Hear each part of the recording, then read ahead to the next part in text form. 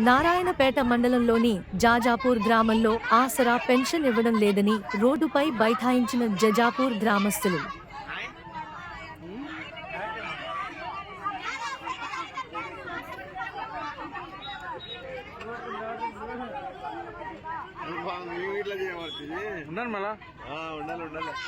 నారాయణపేట మండలంలోని జాజాపూర్ గ్రామంలో ఆసరా పెన్షన్ ఇవ్వడం లేదని రోడ్డుపై బైఠాయించిన జజాపూర్ గ్రామస్తులు.